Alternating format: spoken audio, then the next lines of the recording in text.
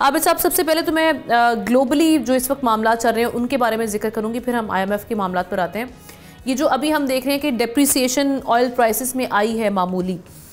یہ cease fire implementation سے کس حد تک جڑی ہے؟ اگر ہم دیکھتے ہیں کہ آگے مکمل طور پہ یہ سیز فائر کی جانب معاملات جاتے ہیں تو آئل پرائسز میں کس طرح کا امپیکٹ آئے گا اور اس کے کیا اثرات ہوں گے دنیا بھر میں؟ جی بہت شکریہ. جی تھوڑی سی اپریسیشن جو ہے وہ ہوئی ہے،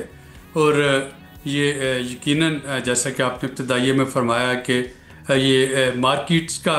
ایک کانفیڈنس کا اظہار ہے کہ ان کا خیال ہے کہ جنگ کے بادل جو ہے وہ اب چھٹتے نظر آ رہے ہیں، اسپیشلی جب کہ اسرائیل کی کابینہ نے بھی اس پیس ڈیل کی منظوری دے دی اور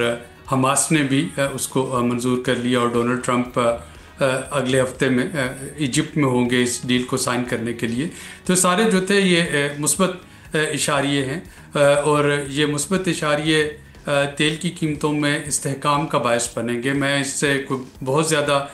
قیمتوں میں اضافہ ہوتا ہوا نہیں دیکھ رہا، یا کیونکہ جب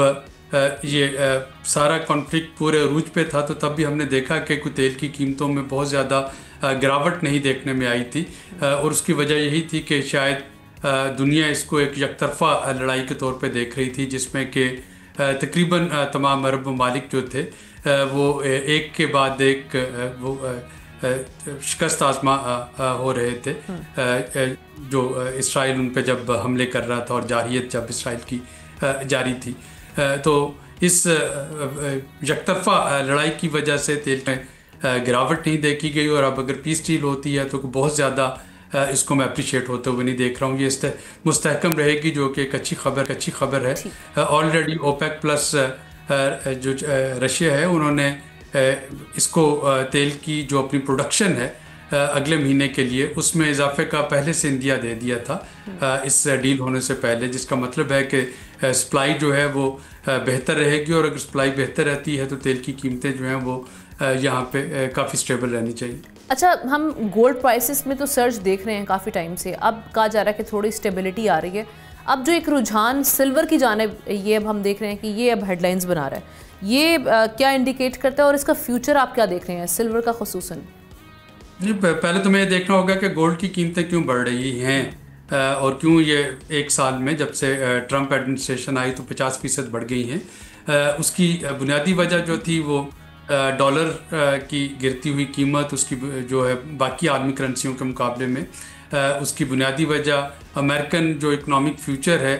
اس کے بارے میں انسرٹینٹی، جو امریکن ایڈمنسٹریشن کی پالیسیز ہیں ان کے بارے میں انسرٹینٹی. تو جو ہیج فنڈرز تھے انہوں نے آہستہ آہستہ امریکن بانڈ سے اپنی رقم نکال کے اور انہوں نے اس کو پریشس میٹل میں انویسٹ کرنا شروع کر دیا، اور گولڈ جو تھی وہ ایک آل ٹائم ریزرو کے طور پہ وہ سامنے آئی، اور اس کی قیمت ہم نے ایک سال میں 50% اس میں اضافہ ہوتے ہوئے دیکھا. اور یہ ابھی یہ اضافہ اس تیزی کے ساتھ تو نہیں، لیکن یہ گریجول انکریز جو ہے اس میں بھی مزید چلنے کی توقع ہے. اب ہوتا یہ ہے کہ جب آپ کی ایک پریشس میٹل جو ہے اس میں اضافہ ہوتا ہے تو اس کی جو باقی الائڈ میٹلز ہیں ان میں بھی اس کا امپیکٹ آتا ہے، گو کہ وہ تھوڑا دیر سے آتا ہے. تو جب سونا جو ہے وہ ایک عام صارف کی خرید سے باہر ہوتا چلا جائے گا، یا اس میں گورنمنٹس اس کو بائی کرنا شروع کر دیں گی، کمرشل بائرز اس کو بائی کرنا شروع کر دیں گے، تو پھر آپ کنزیومر جو ہے وہ ایک آلٹرنیٹیو کی طرف دیکھیں گے. اور یہ صدیوں سے چلا آ رہا ہے سونا چاندی، یہ لفظ لازم و ملزوم ہے کہ سونے کے ساتھ ساتھ چاندی جو ہے وہ ایک دوسری دھات سمجھی جاتی ہے، جو کہ اس میں اب سیف ہے انویسٹ کرنا سلور میں؟ دیکھیں اس وقت انویسٹ کرنا کس چیز میں اور اس سے کتنی جلدی پروفٹ ملے گا، یہ تو ہمیشہ انویسٹمنٹ کا ایک بنیادی اصول یہ ہے کہ اگر آپ کے پاس ہولڈنگ کیپیسٹی ہے، اگر آپ اس کو ہولڈ کر سکتے ہیں تو آپ اس کو انویسٹ کریں، اور مناسب وقت کا انتظار کریں جب آپ اس کو بیچ سکیں اور آپ اس سے پروفٹ کما سکیں کسی بھی چیز میں انویسٹ کر رہے ہوں. لاسٹلی عابد صاحب، IMF کے جو ہم معاملہ دیکھ رہے ہیں، آج فائنانس منسٹر کا جو اسٹیٹمنٹ ہے وہ کہہ رہے ہیں کنسٹرکٹیو انگیجمنٹ ہے اور بہت جلد یہ معاملات ہو جائیں گے. اس سے آپ کو کیا لگتا ہے کہ یہ واقعی اسموتھلی معاملات ہونے جا رہے ہیں یا کچھ چیلنجز ہیں IMF کی جو تھرڈ ٹرانچ ہے اس کو لے کر؟ دیکھیے ایک دو جو باٹل نیکس ہیں وہ تو موجود ہیں، جس میں ایک جو گورنرس اینڈ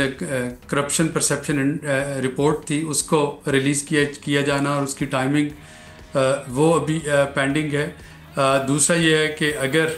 ہمیں جو ہے وہ ریونیو کلیکشن میں شارٹ فال آتا ہے تو کیا وہ کس قسم کے ٹیکسز لگا کے اس کو پورا کیا جائے. میری اطلاعات کے مطابق گورنمنٹ اس پہ لگژری آئٹم پہ ٹیکسز لگانا چاہ رہی تھی، جبکہ IMF کا خیال ہے کہ بہت سی چیزیں ابھی بھی ایسی ہیں جن کو ایگزمپٹ کیا گیا ہے GST سے، اور اکراس دا بورڈ ہر چیز پہ GST لگنی چاہیے جیسے فرٹیلائزر یا پیسٹیسائڈ وغیرہ. لیکن یہ دو جو ہے یہ تو بڑے جو ہے میتھڈولوجیکل معاملات ہیں، فروئی سے معاملات ہیں. اصل چیز یہ ہے کہ پرائم منسٹر نے چونکہ IMF کی MD سے نیو یارک میں ملاقات میں سیلاب کے نتیجے میں آنے والی تباہ کاری اور اس کے نتیجے میں جو گروتھ فریم ورک ہے اور جو ٹیکسز فریم ورک ہے اس میں ریویژن کی ریکویسٹ کی تھی. اور یہ تبھی ممکن ہوگا جبکہ سیلاب کے جو پوسٹ ڈیزاسٹر نیڈ اسیسمنٹ ہے وہ سامنے آ جائے گی. ابھی حکومت نے عالمی اداروں کو کہا ہے کہ اس کی نیڈ اسیسمنٹ کرے. تو IMF کا وفد جو ہے وہ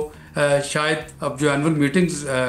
نومبر میں ہونے جا رہی ہیں IMF کی، جس میں کہ وزیر خزانہ بھی حصہ لیں گے، وہاں پہ وہ ایکسپیکٹ کر رہا ہوگا کہ ہماری ایک نیڈ اسیسمنٹ آ جائے، پتہ چل جائے کہ سیلاب کے نتیجے میں کتنی تباہ کاری ہوئی، اس کا GDP پہ کیا اثر پڑا، اس کا ٹیکس کلیکشن پہ کیا اثر پڑے گا، اور اس کے بعد شاید ایک نیا فریم ورک جو ہے وہ دونوں میں معاملہ طے پا جائے. تو اس میں تاخیر تو ضرور ہے، میں اس میں کوئی